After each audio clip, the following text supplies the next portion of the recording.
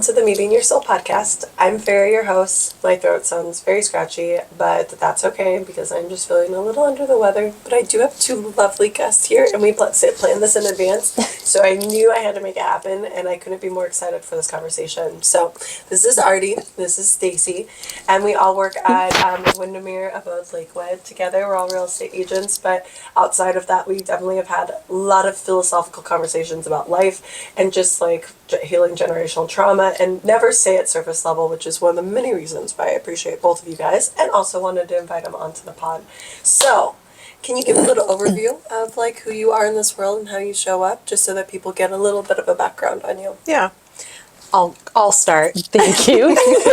Stacey's kind of nervous. I'm like, who am I? I'm going to answer it right now. Let's see. So this trip around this life trip is a little easier than the last ones, but I've still had many difficulties. I was born fourth generation into the Jehovah's Witness religion, which is if you don't know, it's a high control oppressive, aka cult. So a lot of my self-esteem and my judgment, trust issues all stem from that world. Being raised within that environment. Yeah. And so my whole life has been just a existential, like a long existential quandary. So I was a single mom at a young age. I put myself through college. I went to school for ethics, self and society, and minor in religion. I've always been a caretaker, just trying to find my place. I feel best when I'm caring for others. So I've cared for aging adults. Was raised in the antique business, so my assessment of value has always been a really big topic, and that goes beyond material items. Yeah. I have a lot of mental illness in my family, so I've had to also assign value to marginal ideas and marginal people and marginal everything. So it's been an interesting journey, but I'm happy where I'm at, and I'm thankful for the opportunities I've had. And I want to share what I've learned, because it's taken a long time to learn things. I'm happy to share with other people if it makes their lives any easier. Absolutely. And I think that that's ultimately why we're all here, right? Mm-hmm. Is to be able to take our experiences, to be able to share the lessons learned, to hopefully make the road easier for others that are going down similar paths. And have you gotten your past life regression done? I have not, because I don't have the emotional fortitude to do it yet. Oh, but I am, sorry, I hit that. No, but I am working towards getting there. It's kind of like the ayahuasca trip. Yeah. Like, I'm not quite ready. I feel like I want to be ready. Like, I could easily go on the ayahuasca trip on my own. So I'm like, I don't know if I need a drug to necessarily take me there. I'm a little concerned about that in general. Yeah. But I've done past life regression, and it was just such a eye-opening experience. It really brought to light some of my, like I'm not irrational, but slightly like some major fears that I have that I didn't truly understand why I had them, and it brought light to those. So anyways, when you said this trip around, and I was like, I've got past lives to like talk to it. I already know there's some dark stuff. That's why I'm just kind of like, I'm going to just wait until I figure out like that I'm secure right now before I dive into some like heavy stuff. Because the grief and shadow work that I've done in this world right now has been so heavy that like I can't imagine bringing in more heavy shadows at this moment. So I'm just chill. It's cool. Yeah, good. No rush. Things. Yeah, no rush. Take it when it comes. You know, you feel ready. Yeah. All right. Well, thank you. All right, Stacey. Oh man, this might be my first trip around. So I think it might be my first trip. Maybe I've been here before or somewhere, but I'm I grew up here in Tacoma. And the oldest of 4 kids. Mom and dad are still married. The family's all together. I went to Catholic school, so kind of a little bit of a cult, in my opinion. Some religious trauma. Yeah, there's some religious trauma for sure. Yeah. So, yeah, I'm simple right now. It's my first, You're like, I think this is my first trip. Yeah, I think so. Lifetime. I think this is the first lifetime for me. But, cool. Well, thank you. Yeah. Thank you for sharing. Yeah. All right. So what I wanted to go into within this conversation, because we were talking about this the other day, and actually, did you guys see this trend, like tap in if you're 21? Yeah, I did. It's all on Instagram. It's like tap Yeah. in if you're 21. Like tap a picture of like when you're 21. Oh. And so then I like went to my 21st birthday, which was in Vegas. I saw your post. I didn't know it was a thing. Yeah, I was like, it's a thing right now. And and then I was like, I was such a fucking hot mess. I like that pictures all look like, I'm like, like look so cute. I'm like, I was wilding all weekend. And I was just like thinking of that. And I was like, damn, we were like, anyways. So then I was like, man, I wish, if only I knew all the things I knew now that I know, that I know now that I could have known back then. And also, like, one of the key things was just, like, not using drinking as my coping mechanism that I had used, and I definitely abused it for a very long time. Anywho, so then I was like, let's have this be the conversation. So then I was like, what could be lessons that I've learned, that you've learned now, that you would then tell your younger self? And maybe go, like, one and then back and forth, and then we can kind of just discuss through it. So, who would like to go first? Well, first, how drastically different our experiences were. Oh, yes. I was the DD on my 21st birthday for my abusive drunk husband. Oh my And I had a gosh. baby at home. And my whole world was completely different than most people's 21sts. Yes. And my birthday's on New Year's Eve. Yes, So yeah. every birthday, I've always been a little leery to get Yeah. loose because everyone's getting loose. And I'm like, well, seems unsafe. And so I'm usually sober. But now I stay home and then I have a couple. So that's way more fun just to stay home. Because don't you and your boyfriend, you guys dance at Yeah, home, right? yeah. Which We usually. Aarde is an incredible dancer and just like graceful and all the things. I love dancing. So it is nice to stay home and drink at home. And he makes me a cake every year and we dance. So that's lovely. But if I could go back to the proverbial 21-year-old who I was then, the first thing that I would tell myself is that my judgment is worthy of trust. So much so. Wow. What do you feel like, was there a defining moment where that really came into like a truth for you that you recognize, like, if I don't trust myself, this is going to either harm me or there's a lot of benefit that can come from me trusting my Last intuition? year. Oh, just last year? Okay. Yeah, it was a journey that has taken 2 decades of trying to figure out why can't I listen to myself? Why do I feel like I need to ask somebody else for this? And why do I always feel nervous when I'm saying something or if I'm making a decision or why, and then that's how I started, was these whys. Why do I feel so weird when I'm trying to make a decision? Yeah. And then it ended up being identifying the whys and going, okay, and then admitting that those things really did affect me. Like, these are the things that made me the way I am. And then the third step was to figure out how to incorporate those without letting them rule me. Like, instead of saying, this part about me I don't like and I need to get rid of it, I just went, it's okay. That's part of who I am. I'm going to take it under my wing, let it just nest somewhere deep inside and just let it know that it's not in control anymore and that I do have judgments that are worthy of trust. I can trust myself. Yeah. Which I think trusting yourself is one of the biggest journeys of life, because there is this moment where, like, especially if you've had moments where you made bad judgment, it's like, how do you really recover from that? And also then when you've had good judgment, it's like you need to build up those so much more to be able to really get a solid foundation. Yes. But yeah. And your intuition plays into it. Yes. You're very intuitive too. Excuse me. And the intuition part, if you suffer from, or if you're, however you want to phrase it, some people say if you're a victim of, if you suffer from, if you whatever, from any complex trauma, you can't trust your own intuition because your intuition is hardwired in your neural pathways to react a specific way. Danger, security, like, it has this fear and scarcity directive for how it functions. And so I had to learn how to, like, counteract my intuition. Like, if I feel like this is scary, maybe it's not actually scary. Yeah. Maybe I'm feeling scared because it's a challenging thing and it would actually be good for me. So being able to just, like, turn it and move it and look at it from different angles and just being still, meditating, being still long enough to just let the actual answer come forth Yeah. and then go, okay, so I initially felt this way. My intuition might be wrong. Let me look at it from all these other angles. It's a lot of work. Totally. But when you get there, it's like, oh, I feel so free. Well, and it's because like you've then honestly reprogrammed your brain. Like you've really Absolutely. rehardwired like how it works and recognized like this was how I was raised. This is how I've learned to survive. And now let me shift this because there's I can operate in a different way now.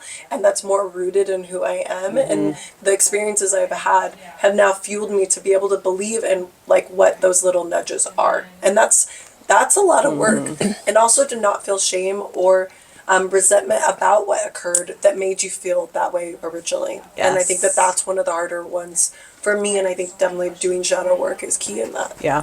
Yeah, for sure.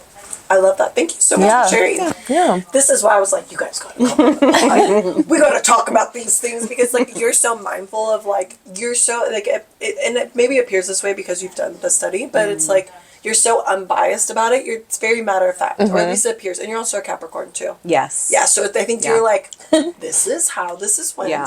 I am now working on this, and now we are moving past this, Yeah. and now this is the new stage. Although I do have to say that I spent too long doing top-down therapy. Yeah. And that doesn't actually work for me and for many of the people that I know and many of the people that I watch that are currently in top-down therapy, I go, that's not really working for you. And so even though I'm a Capricorn and I am logical when it comes to systems, I am also extremely somatic. And like I focused on ethics for my learning. Ethics and existential, you know, the ability to understand that other people have different perspectives, and it's so faceted, and there's so many variables, and how could you ever even pretend like you have an answer when there's this many Well, there's so many variables? different. Yes, exactly. Yeah. So it's like I feel like my whole life, you know, I've just kind of figured out how to go. Okay. Level the heroes. Yeah. All right. Yeah, to be able to incorporate that somatic work and to like dive into that, but then also recognize like you are a logical being, and that does actually like that is a strength of yours. So then being able to utilize both equally, nice. Yeah. All right, Stacey, come on in. Oh man, I think my what I would tell my 21-year-old self. First of all, I probably could never find a picture because that was a long time ago. I cannot do that little Instagram thing. Yeah.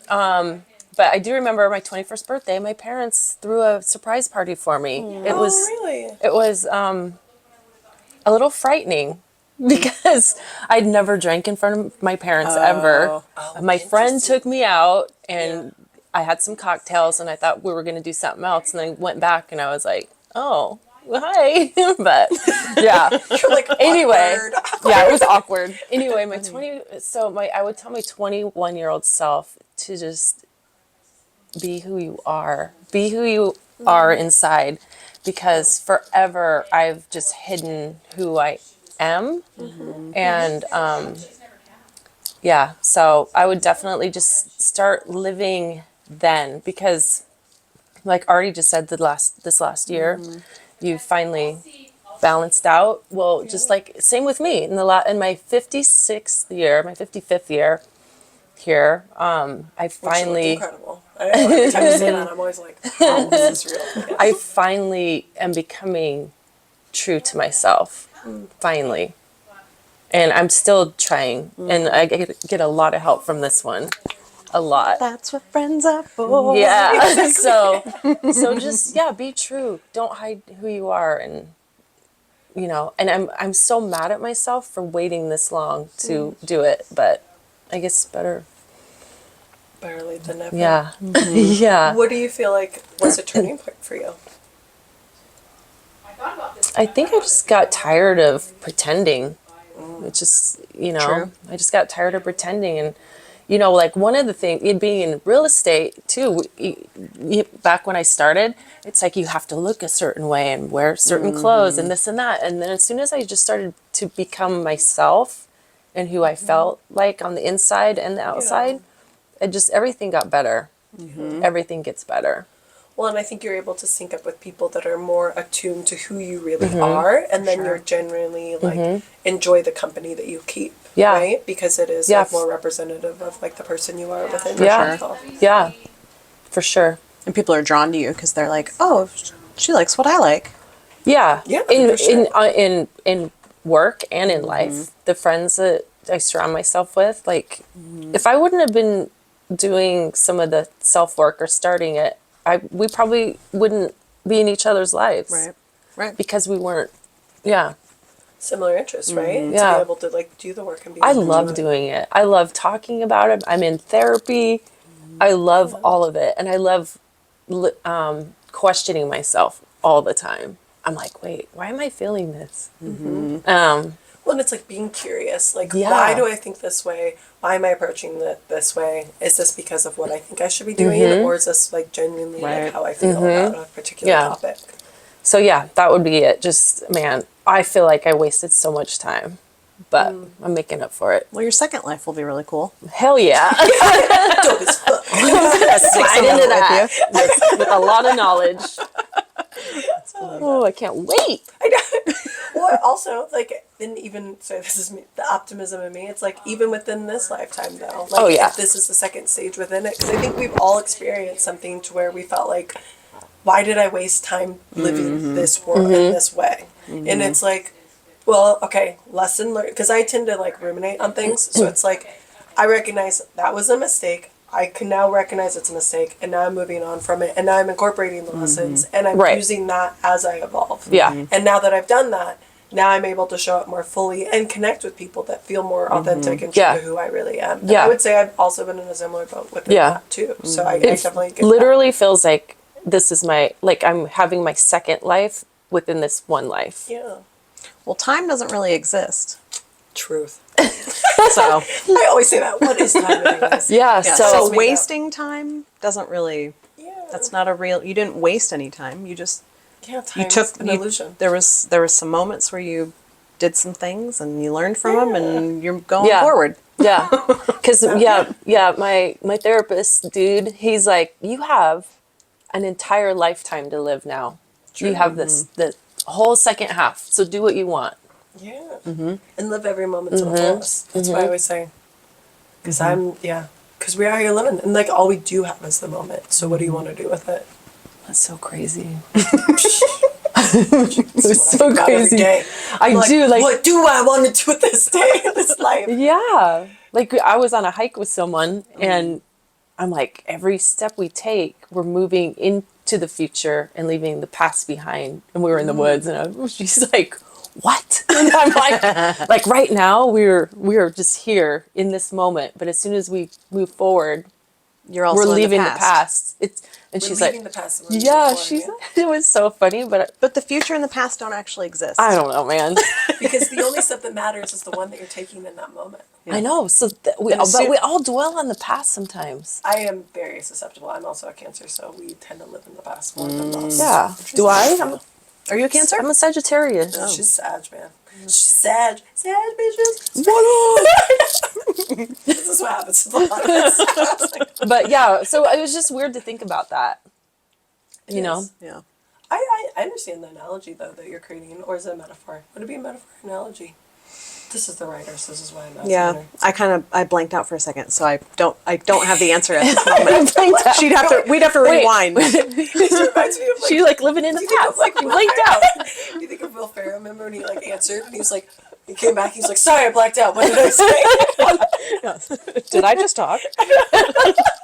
Whoops. But I No, it's play a that- metaphor? Living in the Metaphor. past? Which What part? each step is like, as you take Oh. a step forward, you're leaving the past behind and you're moving into the present moment. And I do think because That's there's a like, metaphor. because you can, Metaphor. metaphor would be, okay. Because then you look behind you and like, you can see the physical space of where you've already walked. Yeah. And that's like kind of looking to the past of like looking behind you of where you've been. But then again, all that we really have control over is that step. Because who knows what the fuck's You going to happen. do. You could step on a rock and slide on the side of the hill. Holy Or smokes. you could like start flying. Who knows? Sometimes that has nothing to do with the step you're gonna take. It's where your feet are right now. Yeah. Where are your feet right now? I know. You guys. We're going in. It's so fun.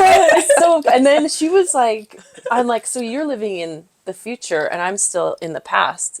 while we were From your hiking. perspective. Yeah, from your Right. perspective, which is different from hers. Right. And then yes. she's like, well, come stand beside me so we can move through this together. Aw. Yeah. Aw.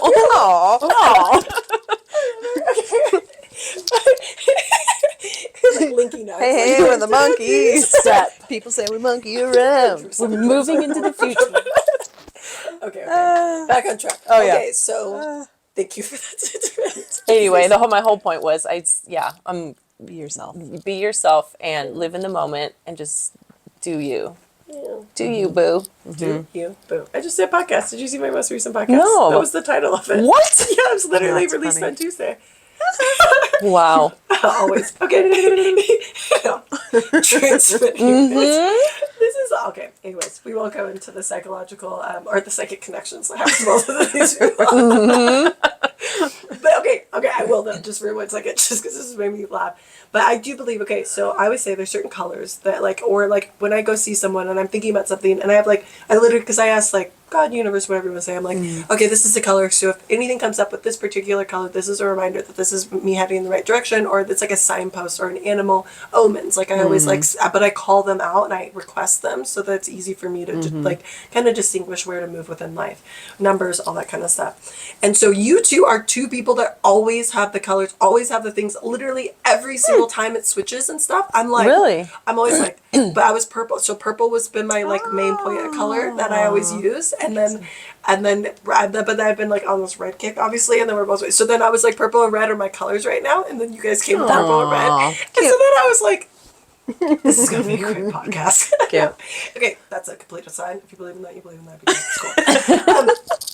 So, lesson number 2 for you? Lesson number 2 to my 21-year-old self is that my thoughts do not control me, or I am not my thoughts. Yeah. When did that one come up? Because when I learned through yoga, kind of that whole, the power of my mind and just how that's really shaping my reality. And definitely within Eastern philosophy, but I'm just curious how that came into fruition for you. I think, how or when was your question? Both. Okay. I think that throughout my life, because of the way that I was raised, I was taught that there was this oppressive celestial dictator that could hear everything and anything that I thought, and that there was all these rules and there was all these scary things that would happen if I had thought something bad, don't touch yourself, all these things. So as a child, I remember having very natural but intrusive thoughts. And they would scare me, and I would my own mind scared myself to the point where I dulled my own self just to survive. And so then when those intrusive thoughts would come through, it was, scary, and I felt shame, and I felt dirt. I felt gross and scary, oh, why would I even think that? Come to find out, everybody has intrusive thoughts. They don't belong to us. They are floating through space, and your brain picks things, and you get to decide if you're going to keep it or not. Now, I learned that when I started my minor in religion. And mind you, growing up, it was don't read other Text. information. You're only supposed to be reading the Watchtower publication. Oh, you can't read anything else. They don't encourage any extra education, any extra, if you're spending time reading a book on anything. rocks, that's wrong. You should be preaching. Oh. So all of the times that when I finally, I put myself through community college, I was a single mom, I'd left my abusive husband, and I just dove in. And when I got to Taoism and Buddhism, and all the Eastern religions, they had so much ancient richness to them. And I was like, man, that just feels better than what I've been doing. What I've been doing feels wrong. And I'm supposed to feel shame. And I don't think that's why I'm here. No. And so that kind of started in my mid-20s. And then when I started introducing meditation and also writing, when I started writing, I was able to get things out on the page and then destroy them if I wanted, Yeah. or refer to them later, or expand on them, or just, let it be or whatever. But I had these options to filter my own thoughts and learn how to identify thoughts as what they are. Like this is fear. Like thought, negative. Thought, positive. And I was able to just slow my brain down and start learning how my own brain worked. Yeah. And accepting anything that came because I can choose which ones make me who I am. Yeah. Which ones you keep, right? Yeah. That's incredible. Yeah. So And I'm sure, do you feel like that's been like kind of a roller coaster, or do you feel like that's very consistent for you? Because I feel like I'm like riding that, and then other times I'm like, I don't like, they get away from me, and I'm like, come back, and I have to still my mind. I have to turn it completely off. It's like the only way I get recalibrate myself. yeah, I had to learn what being dysregulated felt like, and when it was happening, and how to handle it. Yeah. And once I learned those things, I was able to. So it's been a roller coaster, and now that I go, oh wait, I'm getting dysregulated, or I am dysregulated, and then also know how to communicate that to the people around me so that they are also aware and that they have the tools to also help me because we're on a team, because that's what love means. Yeah. And to trust that that person is going to do the things that we've talked about to help us as a team. And so once I was able to create this world, this safe, trustworthy, loving world for myself by eliminating people who don't know how to do that for me, which is also grief period. You learn like this person's like, as much as I love them and I want them in my life, they are not good for me. Like something in them creates a toxic reaction inside of me and I can't do it anymore. Yeah. It's not good. So you remove things. I mean, it's been a long roller coaster, but now I understand these things. I've accepted them. The people around me know it. They love me. We can all get through it. And I get the moments of dysregulation are less and less and less. And now I can notice it before, like just the first hair. And I go, okay, I'm going to do these steps that help me. And now it's very even keel. Yeah. I love that. Yeah. It was like tack, tack, tack, tack. And now I'm just sailing. Yeah. So it's fine. Nice. That's what I think. Yeah, I love that. Thank you for describing that. And I think it's a journey. And once you start going down it and you recognize what it feels like to have a regulated nervous system and also to have healthy relationships with people that help you maintain that, it's like not in a bad way, but it's like, I need to protect my peace. I have to do this for myself and for the others that are around me that do rely on me for that and that I show up for them too. Yeah, Yeah. for sure. Wonderful. Thank you. Yeah. Another lesson for you, Maria? Another lesson. Let's see. Or another word I think, of advice? yeah, probably there was a lot of shame in growing up Catholic, I felt like. So I was always telling myself stories about what people thought of me all the time. Like, and I'm assuming negative stories. yeah. So just a lot of shame and Sorry. Oh, it's 11:11. whoop whoop. Sorry. Go ahead. Yeah. Regrouping. So just learning to let go of that. Yeah. And not assigning it to one of the things I remember, I used to repeat this on a daily basis. How others view me should not determine how I view myself. Right. To be like, if they don't like me, that's not my And what it ended up being is just in my head. Yeah. Mostly. I'm just telling myself stories and making things up for other people. And it wasn't that. It wasn't factual No. lots of the time. Sometimes it was, but Yeah. yeah. Well, and you're also a highly sensitive. We've talked about this a lot. A highly sensitive person. So sometimes when someone does, their energy changes around us, especially in a negative direction. It's hard to not create a story about why That's that true. occurred, right? That's very But true. that's also a survival. That served you when you were young. You're right. When you were developing, it served you. I was If you had self-protecting. if you had adults who didn't understand how to how to re-regulate themselves, you had to be on point to kind of feel. And I'm just saying this. No, 'cause that's how I feel. totally in true. my upbringing. There were 9 kids in my family and multiple parents and just like whatever was going on. Not polygamy, but just step parents. That's The way I said that was like, just to be clear. That's Mormons. Some Mormons. A small sect. Yeah, I know, yeah. keep going. But it's like you have to be on your toes because you have to feel those shifts. Otherwise, somebody might like, then you have to deal with the outcome of that. So that's not even part of who your You're right. core being is. No. That was just something you learned. Yeah. Totally. 100%. Absolutely. Well, and when we learn that and then we incorporate that, then it's like, then it translates into all of our other relationships too. And when we become more social and when we get older, like how our family dynamics definitely then really paint the picture for how we handle social relationships after that and friendships. And so I think just like being mindful of it. But at what point do you feel like you are like, how do you handle that now? Or like, even if those stories are I talk to her. Really? It still comes up. I feel it all the time. I just think it's just who I am. I just naturally judge myself, I guess, a lot, and then think other people are judging me. Yeah. But I'm learning to let it go and just talk through it with my friends and in my own mind. And feel. Yeah. And yeah. Because probably more, and I'm just, this is only because I know that the moment that I think of insecure thought, and like the reason why I think someone's judging me, it's usually because it's something I judge about myself. And then I feel like I almost project that insecurity onto that person.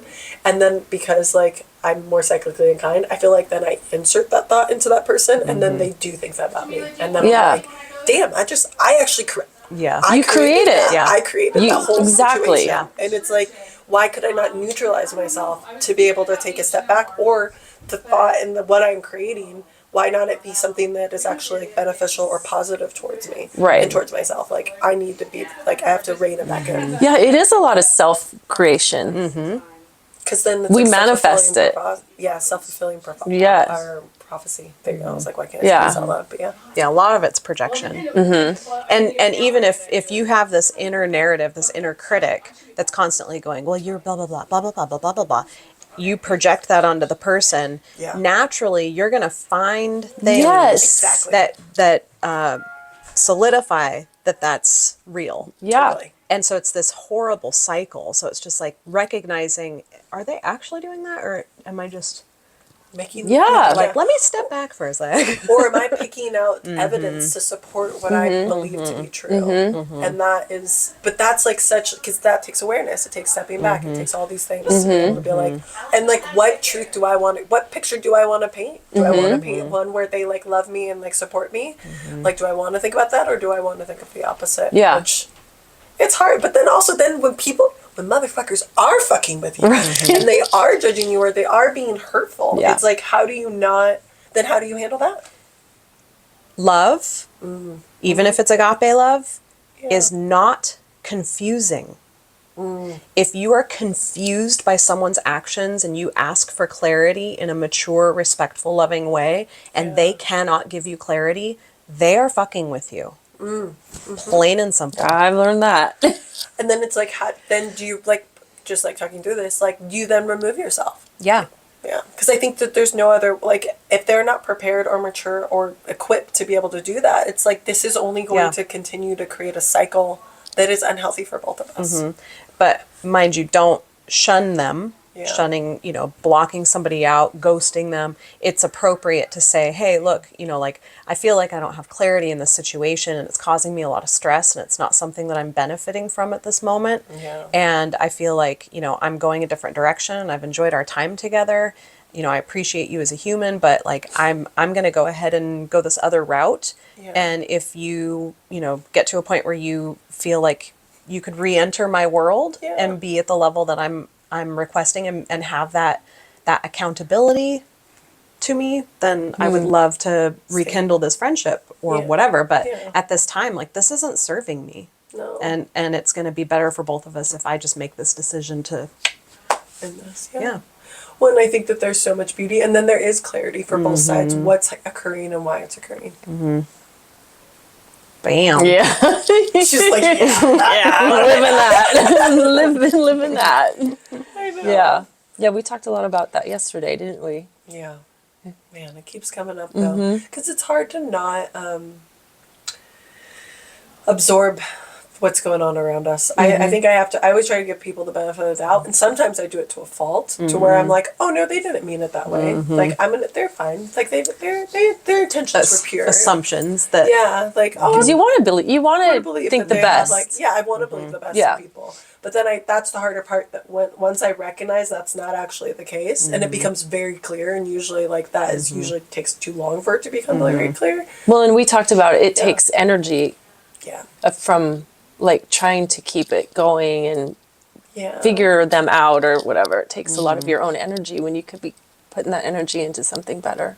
Yeah. Oh, yes. Okay, now I remember exactly Yeah. what conversation you're talking about. Yeah. when I first started dating Zach, I remember a few different times he would just straight up go, "Is that a passive aggressive way of asking me this and that?" And I'd go,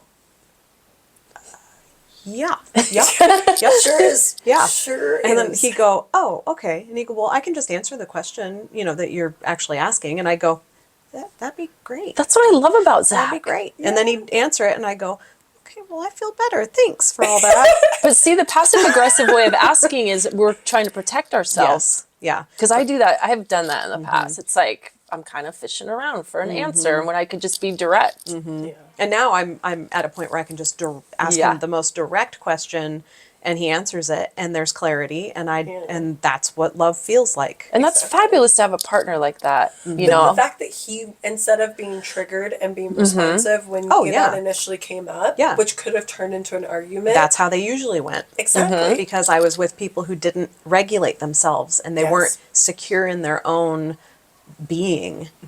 I had dated men who mirrored my insecurities. Yep. And then I kept going, "What's wrong with this situation? Like, why do I keep picking these guys?" Like, well. So it got to a point where I had to, like, I revamped myself, like I did a whole revamp. And then I went back into the dating world, and I was like, nope, nope, nope, nope, nope, nope. You're nice. Okay, Yeah. let's see where this goes, so but, and it felt strange at first, huh? oh yeah. And I didn't really believe it. I was like, You were like, "This isn't. He's not I real." was like, this is a fucking ruse, man. What is Yeah, going on? I This guy remember you is talking weird. about. Yeah, He was weird. It was so weird. I was like, this is bizarre. and you think you found him because you changed your energy. Absolutely. changed. Yeah. And I figured out what my boundaries were in relationships and what my standards were for myself. And I wasn't ashamed to put those into action. I communicate felt them, I'm yeah. worth this. Yeah. I'm a good person. Like, no matter what that inner critic had said for 40 years, that's wrong. Yeah. And I do deserve better things. I think that's where I'm at right now. Yeah. And so people are coming into my life that are, More in alignment with Yeah. who you want to be. Yes. The relationships that you Yeah. have. And to be discerning in how you pursue it. I think that's the hard part. It's like not taking the breadcrumbs, waiting for the whole yeah, loaf. Yeah. But then also recognizing Breadcrumb. when the breadcrumbing. loaf arrives, don't psych yourself out. So that's the hard part for me. I'm like, yeah, this seems terrible. Yeah. This seems like, okay, this Could is be undercooked. Undercooked. It just needs a little more A little time. doughy in the center. Little doughy. It's a full loaf, but it's not not fully proofed yet. I just was listening to another pod, and she was talking, like, the therapist on it was like, if there's chemistry, this is a bad move. And now, if there's chemistry, that's probably trauma bonding more than it is like love or like something that could form into love.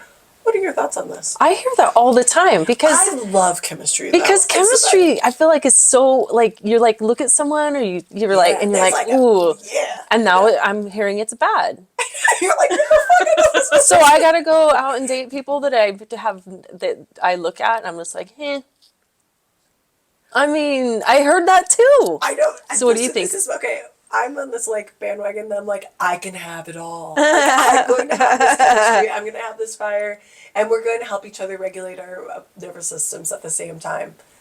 I don't know if that's possible. And It feels like you have to have chemistry and have to have. But the chemistry, okay, I will admit, the relationship I had where there was chemistry, they were the most toxic of relationships. The relationship where I was actually like long-term married, there was a little bit of chemistry, but it was more built on trust and understanding and like a very much like a foundational friendship than it was necessarily. That's why I think you got to do that first. Yeah, Be friends, yeah. for a But then long can we time. not have chemistry? Can I not want to rip your clothes off? Like, I think that's a part of it too. there's 8 billion people on the planet. Yeah. And the odds of you finding someone who has it all is probably like 0. I'm not saying She looked me dead in the eye. It's 0. I just said it's real real low. low. And that is part of this, like, understanding that nobody's perfect. We all have faults. So right now I'm reading The Four Noble Truths of Love. Oh, yes, yeah. Lovely, and couldn't have come at a better time, because there's these things where you're like, you still can't put the dish towel on the stove handle. Like, you just wad it up on the counter. It's so annoying. Yeah. But does this situation outweigh the balance of our relationship? Right. No. Yeah. I've said it before. When I first saw Zach, I was like, well, he looks like a nice guy. Like, I was not extremely attracted to him. He's not my type. He has totally different vibes than anybody I've ever dated, which have all been shitty. There's a few that were nice. In case you're listening. There's a few that were nice people. But just overall, like, not for me, right? But even, he has faults. I have faults. I'm not perfect. Like, you can be attracted to people, but honestly, I kind of feel like attraction, that chemistry grows when you are two individual people with faults that move together in one direction. That's when the chemistry, that's actually like centrifugal force between your parallel goals and your, Or trajectory, yeah. Yeah. Yeah, I think that makes a lot of sense. And I would definitely say I was in partnership for 12 years. That partnership was built from that and then also continued with that. And that's what kept us intrigued with one another. But there was plenty of excitement in different ways that we kept like the spec. But we're both very adventurous people, so I think that's how we built it. But he was definitely not my like type. Sorry, if you listen close. He definitely wasn't my type. He knows this though. We've talked about it. And also that but it was more like I felt really safe with them. He felt like home, and there was like a peace that I felt versus necessarily an excitement. Yeah. But then I am like bound and determined because I'm like, can I feel at home and safe with someone while also find that excitement and spark? Well, now I'm like, I don't want chemistry. Please, let's not be chemically tied because I want this to work. Oh, I know. So I'm like, Anyways. there's no chemistry. Put it out there. You guys let me know what you think because I'm curious. This is something that I'm like diving more into because one of my 5 checklist items when I date a guy is one of them is always chemistry. So it's like, do we have good conversation? Do I feel safe around them? Do I feel chemistry with them? Do I feel a full body spark when we kiss? So if we kiss and I don't feel full flames, like I can't. And then are they someone that I could see build a future with? And then also, or am I? And like at least like I say like physical attraction's the lowest for me because they don't have to be traditionally attractive for me to feel like I have chemistry with them by any means. Right. So, but then I was like, do I remove the chemistry? I know. That sounds boring. I don't know. I think it depends on how you're placing your value. Like, where are you assigning value? And what is the most valuable things within a relationship? Understandable. All right, sorry. We're back. We're back. Okay. That's what's fun though. I know. I love It's talking fun about this because stuff. it's dangerous and it can go bad. The chemistry? It's gambling. Chemistry is a gamble. So they must have done a big study on it and like, did you have chemistry? Yes, it was like fire and now they hate each other. It's like the they fire that burns you both, Oh man. But I think there's a reason, like, I do think that there's a reason why that exists within the world. And I think there's a time and place for those types of relationships. And I think you learn lessons from those relationships too. But yeah, I think of like the first like guy I really dated, we had extreme chemistry and like flames always. But we like burned each other multiple times, like constantly, And then I literally cannot say there was one healthy relationship that started with chemistry that I've experienced. The focus is that turned into a friendship though, funny enough. So crazy. Yeah, because the last person I really liked, standing next to her, the energy was insane. Yeah. Like, and she even said it, like, man, standing next to you, this is just like being in your presence. Though? Yeah. And that didn't turn out so great. No. I always feel like it's just like this ruse. You're getting foiled. Cloak and dagger kind of thing. You're getting foiled. It's a completely different part of your body that's reacting, and that part of your body has absolutely no logic attached to it. 100%. Yeah. So it's Stacey's face. Yeah. It can cost you a lot. well, and it leads to limerence. Oh, yeah. Limerence is like when you are having a fantastical relationship inside your head or body or, wherever chemistry lives. A fantasy. You're having this with somebody who's, quite unattainable to, to a real degree. Yeah. Like in a realness. Yeah. To actually create a sustainable relationship that would last. Yeah, a lot of times chemistry is like you're just thinking about how great it would be if da da da da da, and then you're like in this world, and that person probably, like he was just getting oranges in the store. Like, just leave the guy alone. Like, get out. But then you're home and you're like, and then we get married, and then we do this, and then this. Right. Like, oh my god. You create a whole that world. guy is married with like 10 kids. Like, you don't even know him. What are you doing? Like, well, I felt this chemistry with him. He must be for me. Like, it's just, to me, chemistry is kind of self-absorbed and like a little on the Interesting. unfocused side. It is very unfocused. I agree. I'm not saying she's wrong. I'm not saying she's wrong. Am I saying that You like it? I like it?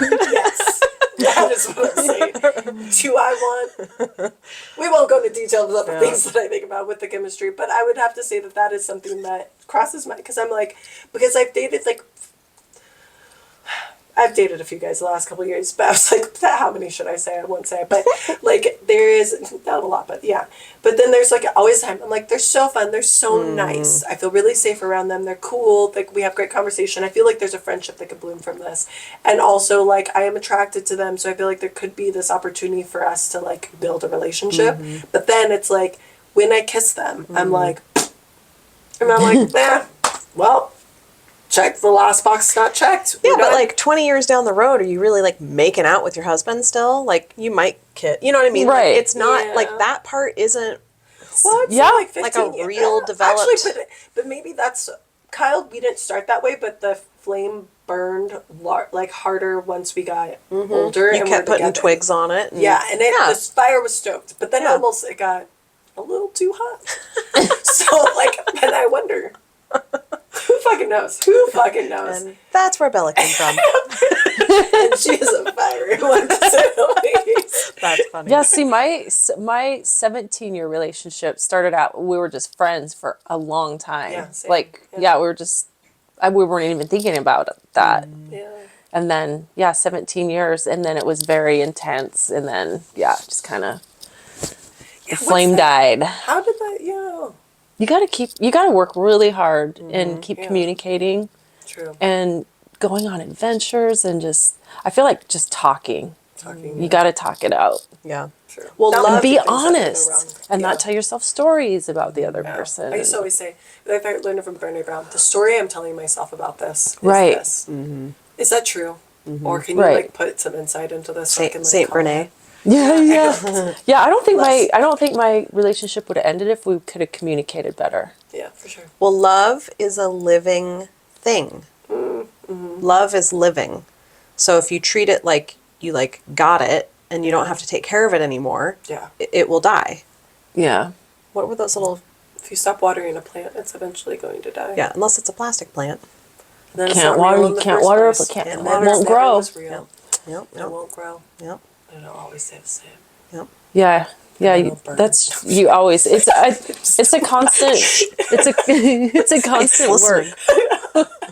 It is constant work, You're absolutely right. and it changes. The challenges The change. changes, 'cause as you change, and the relationship changes. And I think once two people change, it's like you have to. I say you grow together, you grow apart. And I think just being really mindful of what direction that is, and like there's ways to get you back on like in the path with one another. Like I would say like that relationship that like when I was married, I still deeply care about him. You know, never will not. It just will never. I will never not care about him. But can I say that we grew apart? Yes. Can I recognize that and see that for what it is? Yes. Does that change like my love for him? No. Right. And I think that there was a difference. Do you think people can grow apart and still be in a relationship? I think a lot of people do. Can't you? Yeah. I think a lot of people It's- do, but I don't know if it's as fulfilling. It's intention on both ends. If both people have the intention that they want to stay together, sure. Is it easy? Probably not. Yeah. No, sounds dramatic. Yeah. Okay, sorry. Last. Last lesson. Last lesson. We're back on Okay. track. Let's see how I want to say it. There are there's a multitude of existential truths. And we are in a multidimensional existence.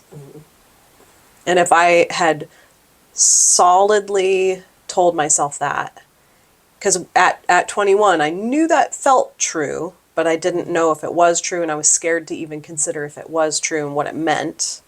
And now I could go back to myself and be like, you're absolutely right. There is a multitude of existential truths, and this is a multi-level, multi-universal deal going on. So just like accept it. And to understand that also means that you can swallow the fact that there are bad entities that feed on fear and scarcity, and that there are loving entities that surround you with protection when you focus on love and abundance. And that is an absolute truth in all of the variables, Yeah. Yeah. as far as I've studied and learned. Yeah.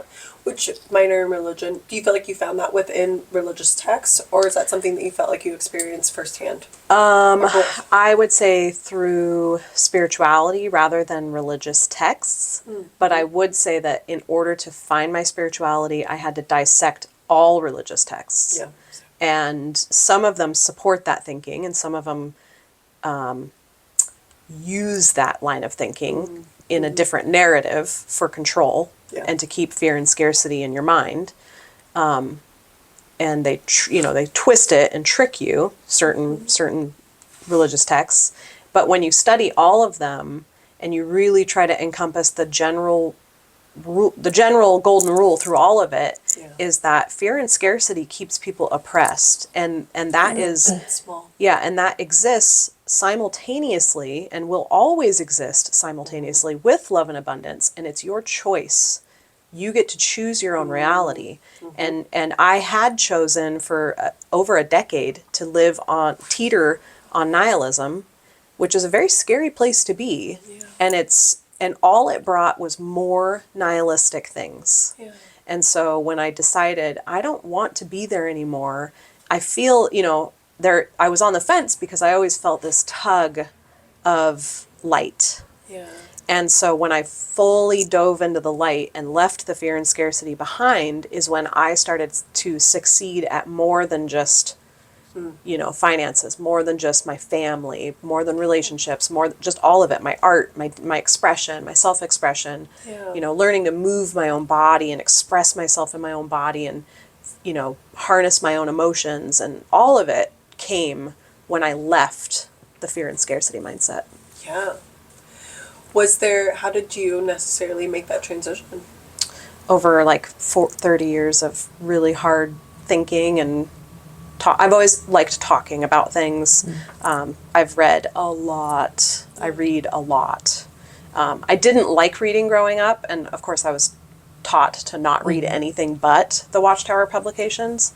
But I secretly read stuff. My dad had an antique shop. There was ancient books all the time, ancient Egyptian papyrus texts, all sorts of stuff that I was going like, man, I have such a narrow-minded, closed-minded, shallow surface existence here, but then I go to my dad's, this other part of my life that is this world of antiquities and information and real things. And ancient truths. Oh man. Wisdom. And that dichotomy was really confusing growing up.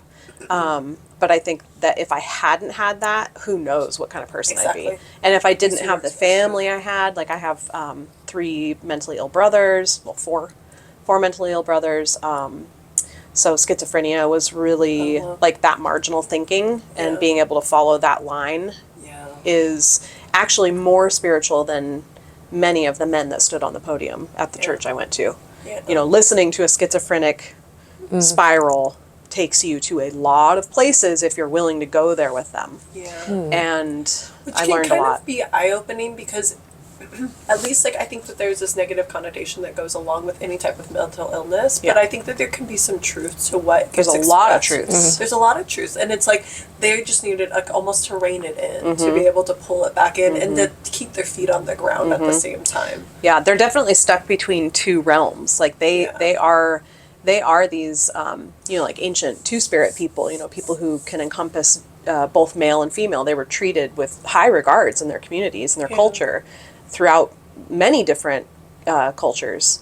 Yeah. And the same with these mentally ill people that have the ability to live on this ethereal spiritual plane while also coexisting with humans in this world.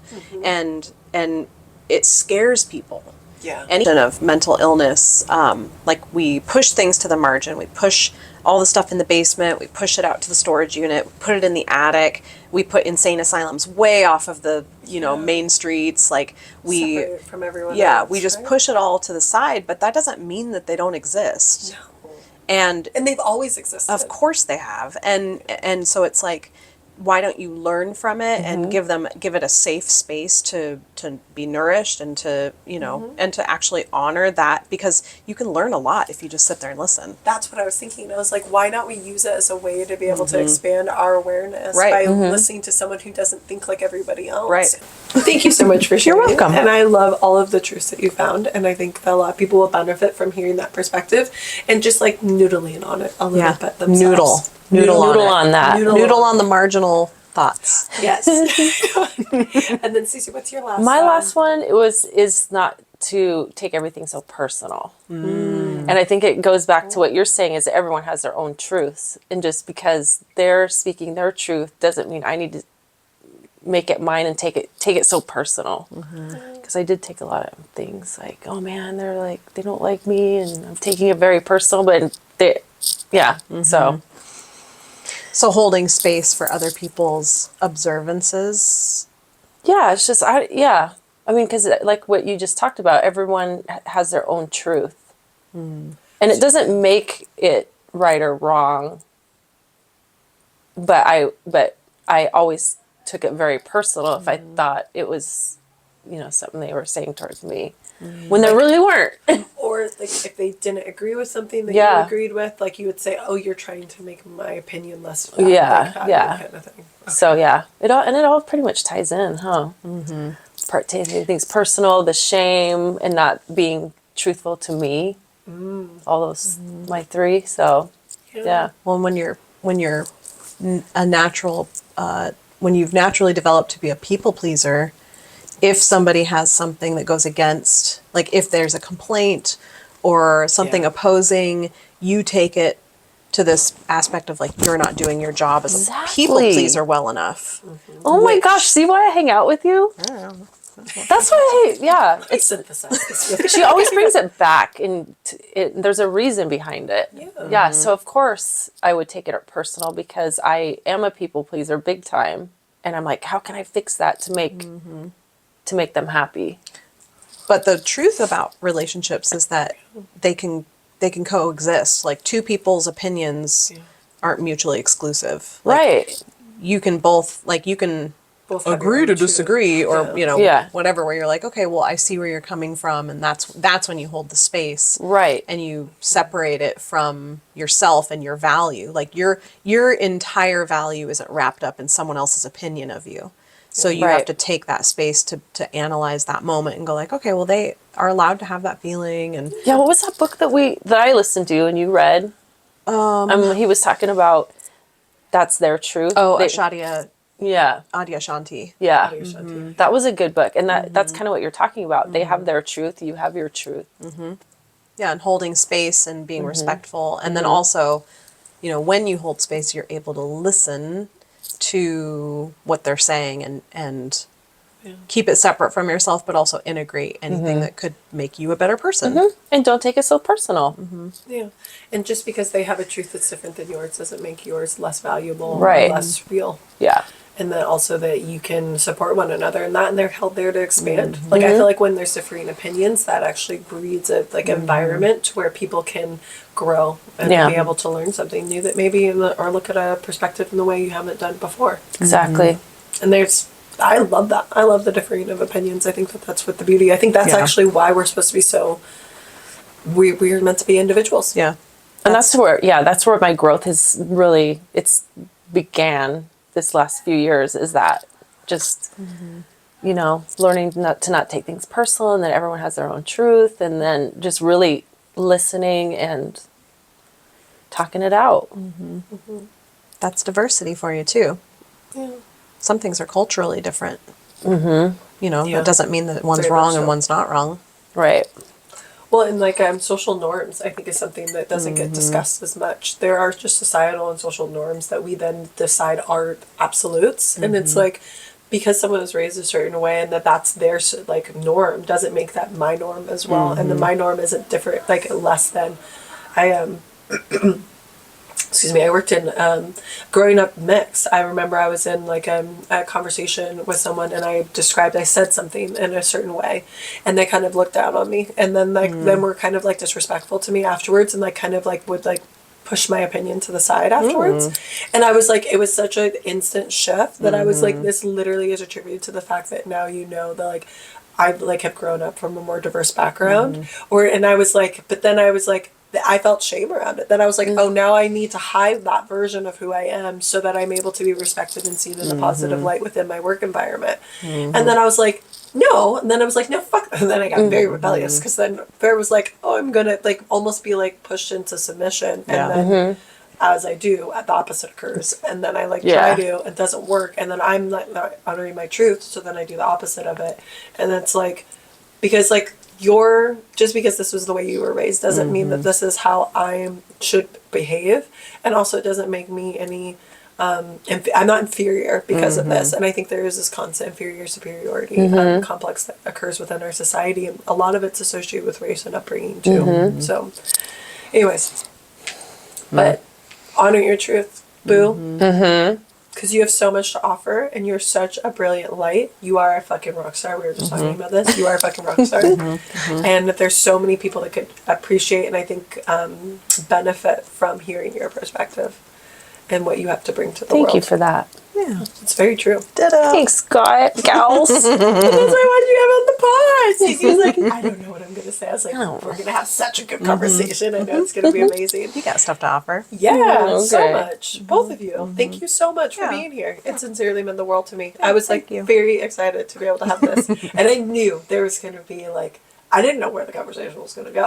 But I was no matter what, I know that it'll be something of value and that people will be able to hopefully pull a few things from it. And thank you all for listening, and thank you for being here, listening all the way through. And if there's anything that jumps out at you, or something that you really took away that you're holding close to your heart, please share it. I love to hear those things, and it's really just affirming that this is something that is beneficial for everyone, for me to be able to share with like-minded individuals, but then also for them to share their perspective, and for us to create a community around it. So thank you. And if you want to find these two lovely ladies, where can you find them? Where should I connect with you? Hey. I am PNW Stacey, Pacific Northwest Stacey on Instagram. So, Catch her on the gram. yeah, catch me on the gram. Yeah. The Instagram. The Instagram is probably the best for me as well. And I'm JD Aarde, which is AARDE. Just not easy to remember, so. I'll put it in the show notes below if you want to copy and paste it too. And thank you so much. Thank you. Thank you. Hopefully they'll come back and we'll do another episode on existential truths. Yeah, man. Woo. We could go 4 hours for that. Or we can talk about our pets too. Oh, We can bring them. We could bring them. they could have a little. They could knock the camera over. We can have a dance. Can we do a dance? Okay. I was thinking of Stacey. I was like, can we do a dance session? And then, because I was doing dancing, so at the end we would do a little, like, I put on music and we would, like, bust it out. Or at the beginning as, like, a way to, like, loosen up before we started the conversation. And so then I was just thinking about this, too. And then I was thinking of Stacey dancing and us dancing and how, like, we would all just be, like, doing something totally different, but it would be, like, so bad. We'll see where this goes. We'll see. Love. Peace and love. Love you.